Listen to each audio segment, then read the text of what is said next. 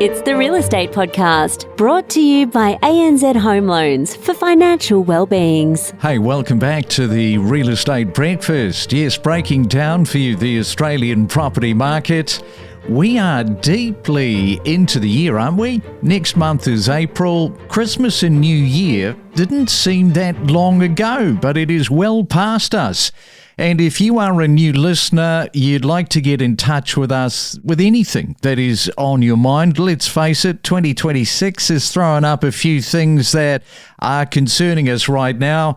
Our email address, as always, is myrealestatepodcast@gmail.com. Also got the voice recorder so you can leave a voice message. It is a Tuesday, March the 10th. If you're celebrating your birthday, many happy returns. Sharon Stone, the actor of Fatal Attraction fame, she is turning 68 today. Yes, we will never forget the scene with Sharon Stone. Chuck Norris, he is chugging along, turning 86, and Carrie Underwood is turning 43. And it was a very big day on this day for Barbie Doll, because Barbie Doll made her debut at the American International Toy Fair in New York, for you Barbie lovers. And that happened way back in 1959. So from Barbie doll lovers to the Melbourne property market, which is presenting somewhat of a little bit of a conundrum for investors right now. On the surface, the headlines haven't been great. You've got the higher taxes, stricter rental standards, and a perception that Victoria isn't exactly rolling out the red carpet for investors. But when you look underneath that noise, something interesting is happening. Prices have lagged behind other capitals for several years. Competition is smaller, and some investors are quietly stepping back into the market. The question now is whether Melbourne is simply underperforming or setting up for its next growth cycle. So let's see if we can get a handle on some of that as we take you to Melbourne and catch up with Jarrod McCabe, a buyer's agent from Wakelin Property Advisory, where he is a director. And a very good morning to you, Jarrod. Welcome on to the Real Estate Breakfast. And I guess you're too young to remember that Barbie launch, back in 1959. Yeah, a bit before my time, Craig, but my daughter still very much enjoys playing with them to this day. Oh, come on. I'm sure you took your daughter to go and see that movie, eh? I did manage to avoid that, and my wife took her along. Fair enough. Millions of dads did go. All right, let's have a look at Victoria. We're talking about this, which has introduced some of the toughest property taxes in the country, higher land tax and a 4% absentee owner surcharge and expensive rental compliance upgrades. It has made many investors pause, but some are starting to get back into the market. And it's been a gradual thing, Craig, over the past sort of 3 or 4 years that some of these changes have occurred. And it's definitely led for a period of time a number of investors leaving the market, particularly those that have been in place for a number of years, felt as though they weren't getting the capital growth that they perhaps expected and wanted. And then when some of these extra lags came on top, so that the higher land tax, the extra expectation on minimum standards from a rental perspective came in, it made it quite difficult to continue to hold property, especially then with you put the interest rate rises that came about a few years ago. It was sort of almost like the perfect storm, and it made it quite difficult. But that's started to change because there's been a new wave of buyers coming in, a new wave of investors looking at Melbourne and certainly seeing that it appears to be very good value.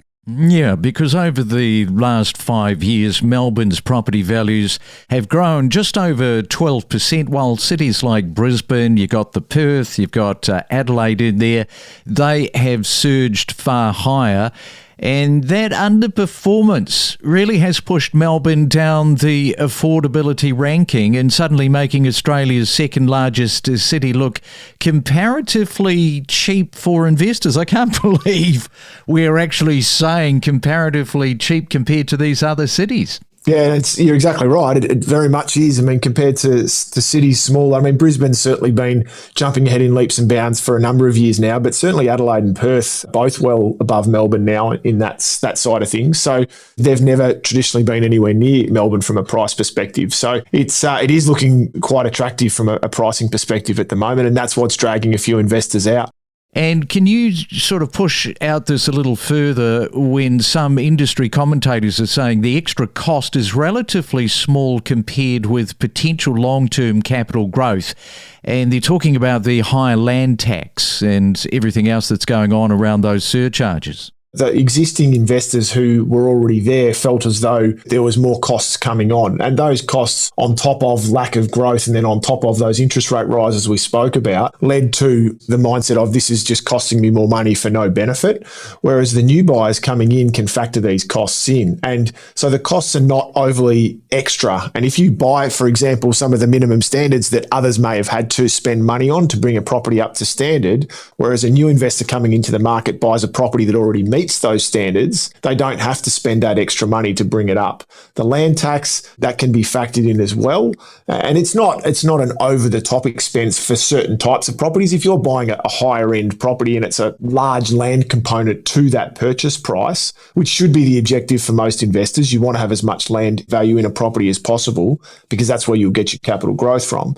But the land tax payable there, it's been more of a change in the threshold. So it's brought a lot more properties that perhaps in the past weren't subject to land tax, but now are. So certainly in the apartment market, that threshold has dropped from, I think, 300,000 down to 50,000. So that brings a hell of a lot of apartments that previously weren't subject to land tax into that threshold.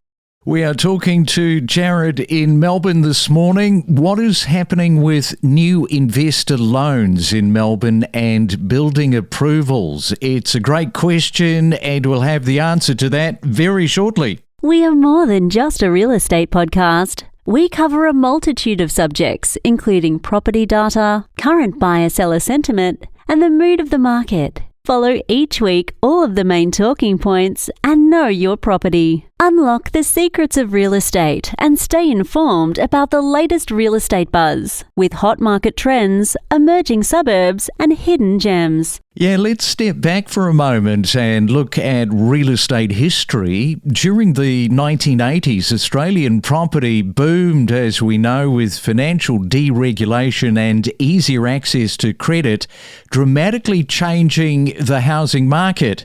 Banks began competing far more aggressively.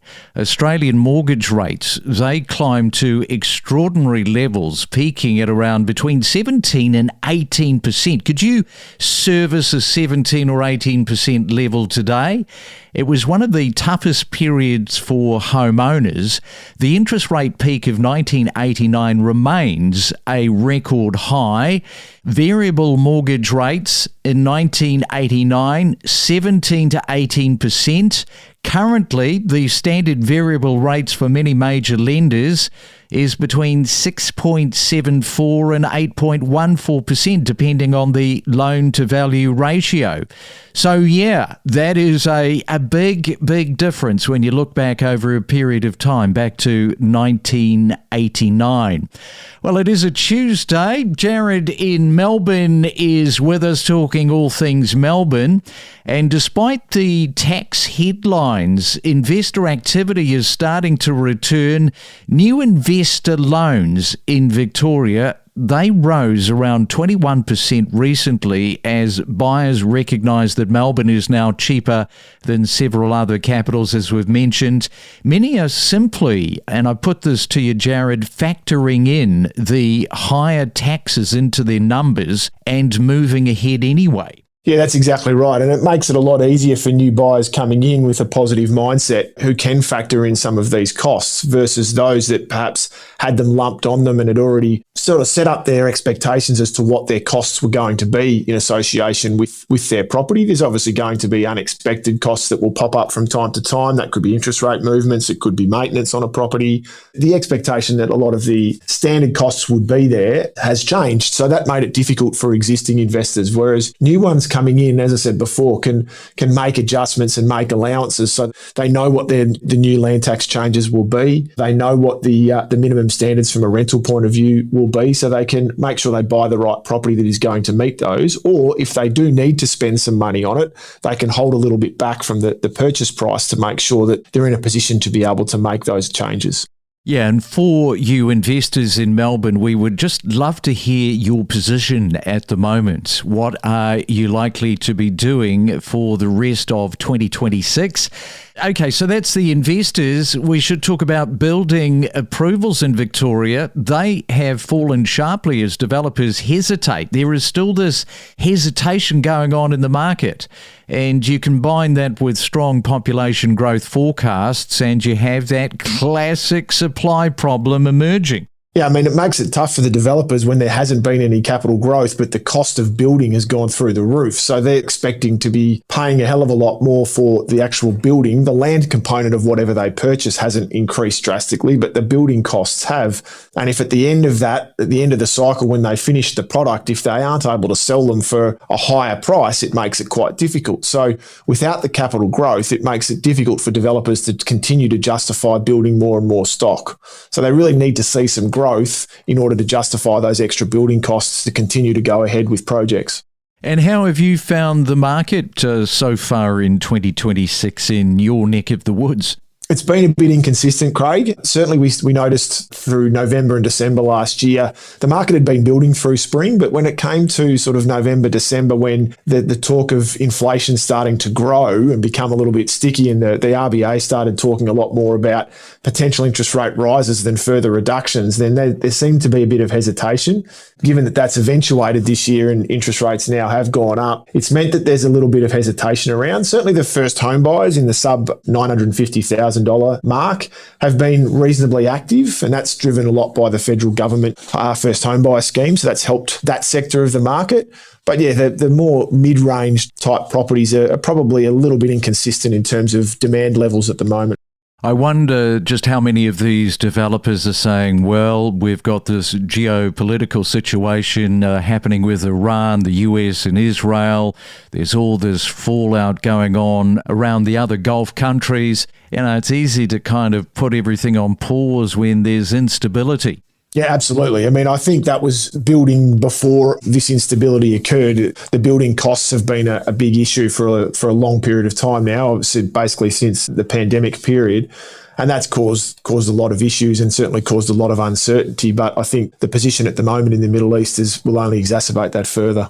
All right, we'll leave it there, Jarrod, on our Tuesday morning. Enjoy your day, and thanks so much for coming on to the Real Estate Breakfast this morning. Thanks very much for having me, Craig. Listen to expert perspectives with exclusive real estate conversations and supercharge your knowledge base with us. It's a relatively new area, Berrima, that was opened up to that residential development. It's still fairly central to both Darwin's northern suburbs and Palmerston. But I'm sure that there are a couple of other suburbs in Darwin that you want to talk to. There are still pockets in Darwin, including suburbs like Coconut Grove, which is looking at a median price for 2-bedroom units at $450. You've also got Milner. And as Danny says, the investors are getting stuck right into that unit market. Exactly right. We've definitely seen freestanding houses have that exponential growth. In some examples you can find on realestate.com properties that have actually doubled in value, that have transacted for say $350,000 and recently resold for $700,000. So some huge capital growth there in the houses.